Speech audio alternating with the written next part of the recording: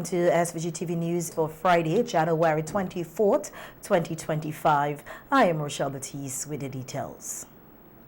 The Food and Agriculture Organization, the FAO, has reaffirmed its commitment to strengthening food security in St. Vincent and the Grenadines through the handover of essential agricultural supplies to the Zero Hunger Trust Fund. The initiative, a key component of the National Home and Community Garden Food Security Project, marks a significant step in recovery efforts following the devastating impact of Hurricane Beryl and prolonged drought periods. The FAO's contribution includes starter home garden kits, poultry kits, and baby chickens, which will provide immediate relief and long-term benefits to households across the nation. This initiative supports the National Food Security Drive, a collaborative effort among the Zero Hunger Trust Fund, the Ministry of Agriculture, Forestry, Fisheries, Rural Transformation, Industry and Labor, the Farmers Support Company, and the FAO. Minister of Agriculture Supporter Caesar highlighted the importance of the initiative, stating that it is a vital part of the country's recovery efforts. He said the work done locally on the SILAC Food and Nutrition Security Plan, coupled with the contributions of the FAO, demonstrates a unified approach to ensuring food is affordable, available, and accessible. Over the past decade, significant work went into the establishment of the Zero Hunger Initiative. And I want to commend Dr. Phillips, who is here with us, the FAO country representative, for the work with the Zero Hunger Initiative, not only in the Caribbean, but also in Latin America. Over the period that we in St. Vincent and the Grenadines had the opportunity to work with the SELAC Food and Nutrition Security Plan, we started to work closely with the Zero Hunger Trust Fund. And over the last 2 or 3 years, we have seen an intensification in the work done by the Zero Hunger Trust Fund in partnership with the Ministry of Agriculture. Food is of first importance, and we hear on a daily basis, on a weekly basis, every month, that persons are speaking about the price for food, the global price for food, inflation, and the fact that we have to ensure that we have food and nutrition security. Food must always be affordable, available, and accessible. Minister Caesar also acknowledged the establishment of backyard gardens last year, targeting 7,000 households, and pledged continued support for the National Food Security Drive through its second phase. He commended the Taiwan Technical Mission for their role in seedling propagation and the Inter-American Institute for Cooperation on Agriculture, IICA, for their partnership. I want to recognize the work of the government of Taiwan. They were able to help us to produce seedlings which were distributed nationally, and I want for persons who are following this program to be aware that throughout 2025 we are going to continue with that program. We are going to work with the primary schools, the secondary schools, and also the technical college. I am happy that we saw significant successes coming out of the participation of the Georgetown Secondary School in the CARICOM competition that dealt with secondary schools, and it shows that not only are we expanding agriculture in secondary schools in the urban areas, but our rural schools are doing an excellent job, not only nationally, but regionally. It is going to be a very interesting journey because we are grappling with the vagaries of climate change, but I am confident that within the country, we have the requisite human resource capacity to be able to build on the platform that was established in 2024. Risa Spencer, FAO Project Coordinator for Disaster Risk Management and Resilience, reiterated the organization's commitment to aiding St. Vincent and the Grenadines in recovering from Hurricane Beryl. 6 months have passed since that hurricane occurred, and while much has been done, the recovery process is far from complete. St. Vincent and Grenadines, as well as Grenada and Jamaica, over 11,000 farmers and 3,000 fishers were affected, and entire communities continue to feel the weight of the system's aftermath. As we reflect on the impact of the hurricane, we must also recognize the resilience shown by the people of St. Vincent and the Grenadines, as shown here by our colleagues from Eco Garden and our Farmers Support Group, who have worked tirelessly to begin rebuilding their lives. Today's handover ceremony is a critical part to that ongoing recovery process. Restoring food security remains a top priority. Many families have lost their crops, livestock, and fishing equipment, which were their primary means of livelihood. And today, through this handover, critical support will be provided to 100 households through chicken startup kits, helping them to rebuild food sources and generate income. In addition, home garden starter kits, which will be distributed in batches. Initially, we have 200 sets to help 200 households, and we'll have 500 sets on the way by the end of February. These kits will enable families to grow their own food while broader agricultural systems recover, providing immediate access to fresh, nutritious produce and reducing our dependency on external aid. Safia Horn-Beek, CEO of the Zero Hunger Trust Fund, expressed appreciation for the FAO's contributions, noting that the National Food Security Drive was launched in response to the agriculture industry's devastation and rising food prices. We collaborated with the Ministry of Agriculture, National Farmers Support Company, and although not present here, the Ministry of National Mobilization, the Cabinet appointed that joint committee to implement this project with the single mandate of let's provide food and immediate support to our people of St. Vincent and the Grenadines. Our ambition is 7,000 households. That doesn't mean when we reach there we stop. If we can go further, we will go further. We started phase 1 of the project by registering, calling for volunteers. We have about 85 volunteers registered with us. We have mobilizers working in the communities. They are critical to help us register and identify persons to be part of the program. As Charlene said, when we went out, we underestimated the interest of persons who would be willing to plant and eat what they grow. And we had hundreds of persons coming out, registering on the spot, receiving seedlings. And we started that roughly about October last year, after launching the project in September. We are now into 2025, and we are into what we call phase 2. So the first one was immediate, let's get persons planting and eating. And we want to think now resilience. We still want to get persons planting and resilient, but we have to build.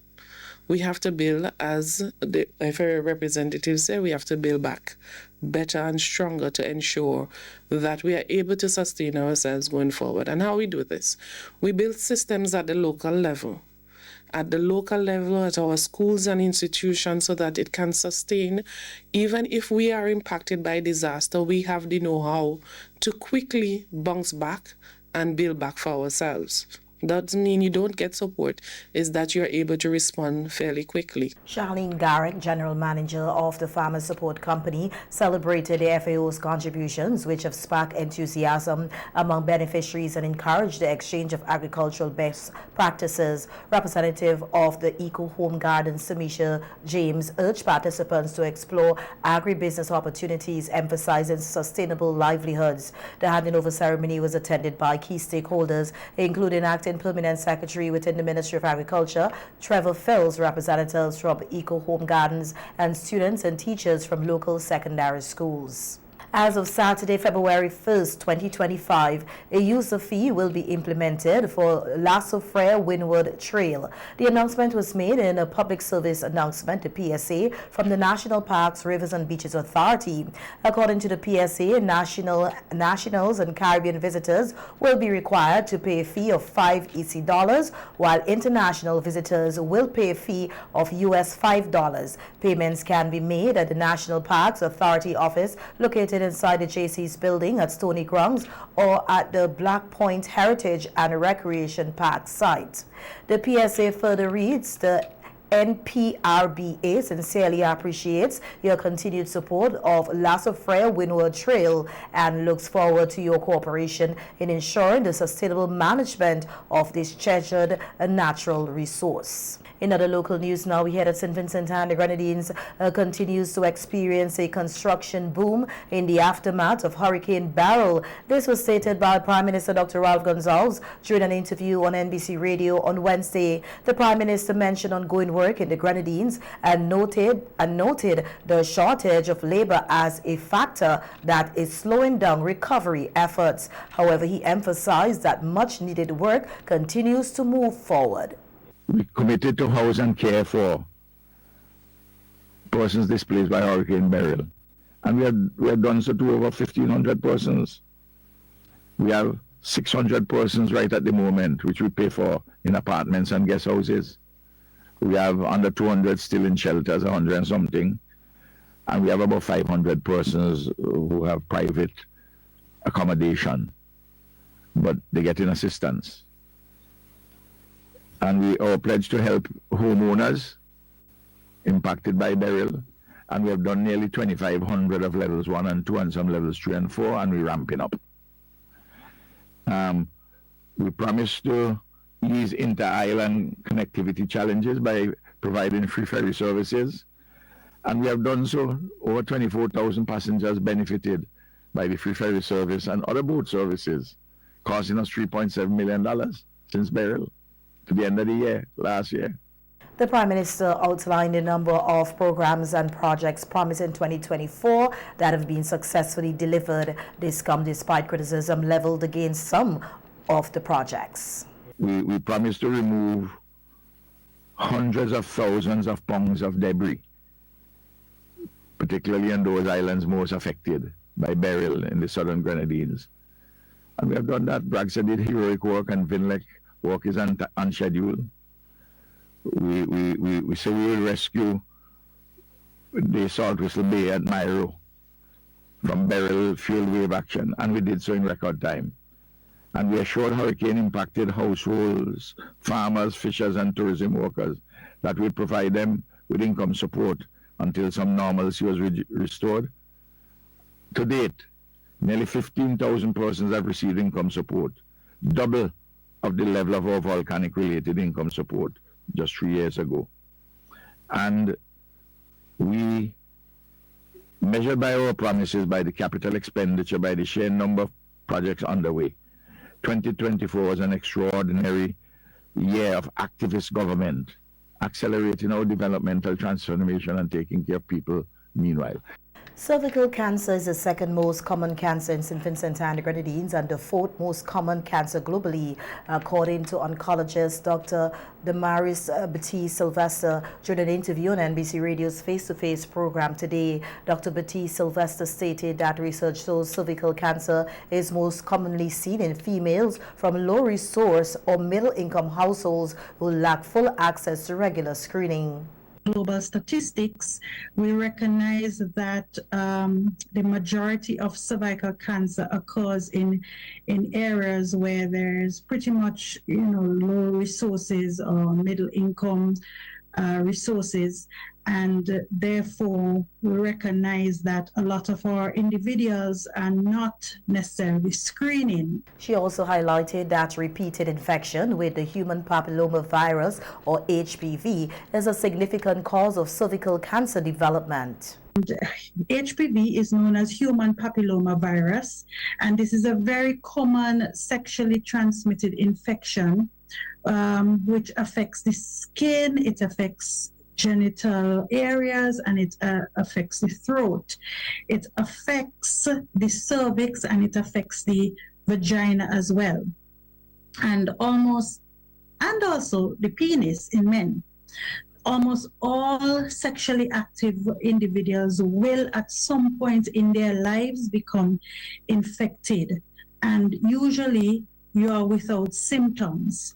But the good news is, in most cases, the immune system has a way of clearing the HPV from the body.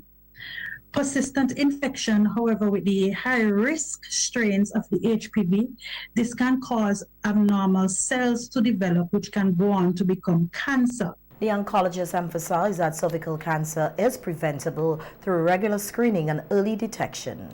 We recognize this is a cancer that could completely be eliminated. It could be prevented if only individuals would take the necessary steps. So the first thing is always public awareness, and this is what we're doing now. We need to boost public awareness. Individuals need access to information, and they need to understand the services that are available. These are the keys to really prevent and control across the age ranges. So we want you to be vaccinated before exposure to sexual intercourse or any sexual activity. So being vaccinated at ages 9 to 15 years old, particularly in females, this is a highly effective way to prevent the HPV infection, cervical cancer, and other HPV-related cancers.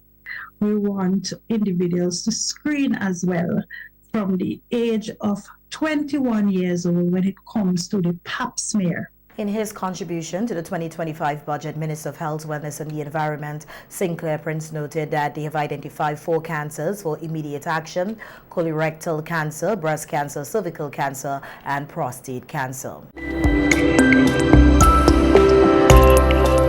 Today, Friday, January 24th, 2025, marks International Education Day. In his message, General Secretary of Education International, David Edwards, emphasized the importance of recognizing teachers' rights. While acknowledging the significance of the day, Edwards stressed that concrete action must be taken to improve the working conditions and support of teachers. This International Day of Education must be a day of celebration and a day of action.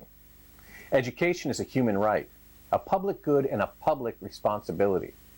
And the best way to celebrate it is by mobilizing to defend it, to strengthen and to fund it for students everywhere. Today, this means coming together to end the acute global teacher shortage that is putting the right to education at risk for millions of students around the world. The world needs an additional 44 million teachers in primary and secondary education alone. Millions more are needed at other levels of education. And our new Status of Teachers report provides valuable new insights into this crisis. Collecting data from over 200 education unions in more than 120 countries. Edwards further added that strengthening the teaching profession should be a priority for all governments, as it is a critical factor in improving education globally. Worse still, countries report critical shortages in the special education workforce. So how did we get here? Well, so many teachers earn less than other professionals with similar qualifications. So let's start there. But also large class sizes, administrative burdens, and emotional demands are leading to stress and burnout. Opportunities for professional development and career progression are limited. Our voice and expertise are too often ignored, and our contribution to societies everywhere is severely undervalued. Overworked, undervalued, and underpaid, experienced teachers are leaving schools everywhere. And few young people want to join our profession that the world needs. Edwards also urged governments to engage with unions to ensure the need of educators are met. Teachers are burning out and students are missing out. So change is imperative. The recent United Nations recommendations on strengthening the teaching profession are the way forward. They provide a comprehensive set of policies and actions that have been proven to strengthen the profession and education as a whole. From Finland to Singapore, the effective policies that create great education systems are always the same. Governments must invest in education and in the teaching profession. They must ensure competitive salaries, good working conditions, and ample opportunities for professional development. They must respect teachers, trust our expertise, and work with our unions to inform policy making in education. And President of the Caribbean Union of Teachers, Dr. Garth Anderson, says teachers in the Caribbean, including those here in St. Vincent and the Grenadines, continue to face challenges that are not of their own making. Dr. Anderson made these comments while speaking at a recently launched Global Education Fund in SVG. Dr. Anderson stated that the limited resources offered to teachers pose a setback for education, ultimately affecting the children of the nation. There are concerted efforts aimed at undermining public education through defunding initiatives and promoting privatization. Let's take a moment to reflect. What does it mean when funds are siphoned away from public schools? It means fewer resources for teachers, larger class sizes, and diminished opportunities for all students who need support from the public education arena. Teachers should be at the center of decision-making processes regarding education and public policies around education. They must be valued and trusted as professionals who understand what their students need to succeed, not the politicians, unfortunately.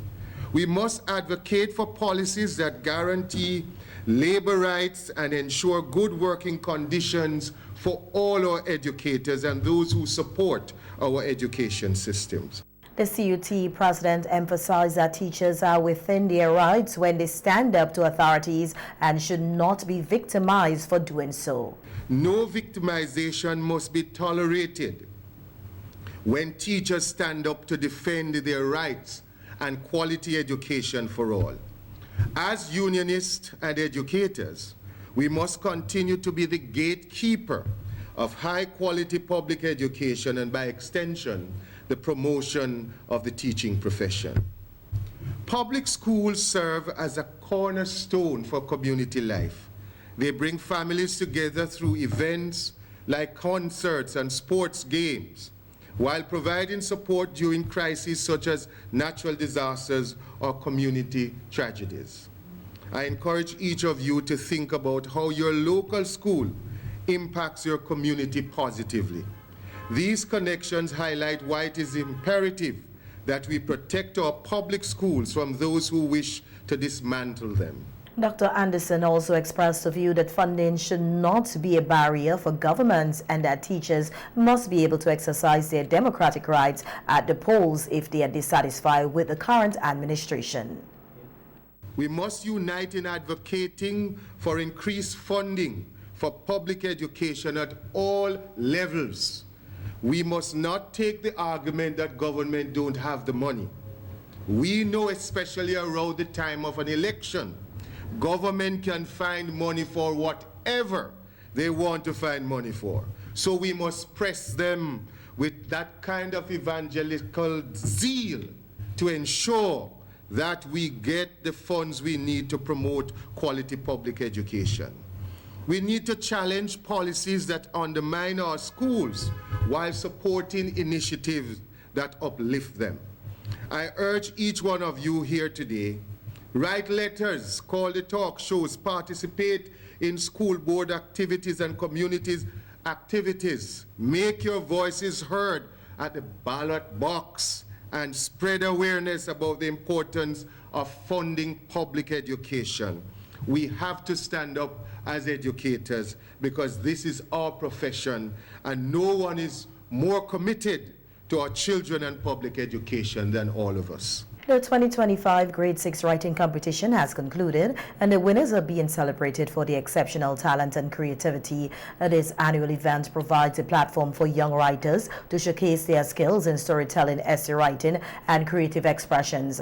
According to the Ministry of Education, this year's competition featured a wide range of impressive entries, each reflecting the unique voices of the young participants. From captivating narratives to thought-provoking essays, the submissions highlighted the incredible potential potential of these budding artists. The competition was open to grade 6 students across the country with hundreds of entries submitted. Each piece was evaluated based on originality, clarity, and overall impact, with winners selected in several categories. The top 3 winners were: first place, Ronique Charles of the Lomans Leeward Anglican School; second place, Demarion Caesar of the C.W. Prescott Primary; and third place, Hugh Willis Michael of the Fitzhughes Government School. The competition continues to emphasize the importance of nurturing creativity and expressions in young students. The Royal St. Vincent and the Grenadines Police Force and the SVG Coast Guard Service today announced 4 additional promotions within the SVG Coast Guard Service. According to the law enforcement agencies, these promotions approved by the Police Service Commission reflect the continued development of leadership and operational capabilities within the organization. A news release stated that the appointments, which took effect on various dates, build on the earlier promotion of 70 officers across the Royal St. Vincent and the Grenadines Police Force and the SVG Coast Guard Service, marking another step towards strengthening the leadership structure. The following officers have been promoted: Acting Lieutenant Commandant Lieutenant William Tibbles, Acting Lieutenant Sub-Lieutenant Bragason Glasgow, Acting Sub-Lieutenant Chief Petty Officer Alvis Daniel, and Chief Petty Officer P.O. Darren Robinson. Commander of the SVG Coast Guard Service Dion Henry congratulated the newly promoted officers. He highlighted that these advancements are a testament to their dedication, hard work, and commitment to the service. He further emphasized the increased responsibilities that come with these promotions and encouraged the officers to continue their outstanding contributions to the SVG Coast Guard and the nation. Commissioner of Police Acting Enville Williams also expressed his gratitude to all members of the Royal St. Vincent and the Grenadines Police Force and the SVG Coast Guard Service for their continued service and dedication to ensuring the safety and security of St. Vincent and the Grenadines. The news release further noted that the RSVG Police Force and the SVG Coast Guard Service remain committed to fostering professional growth, recognizing excellence, and maintaining operational effectiveness across the nation.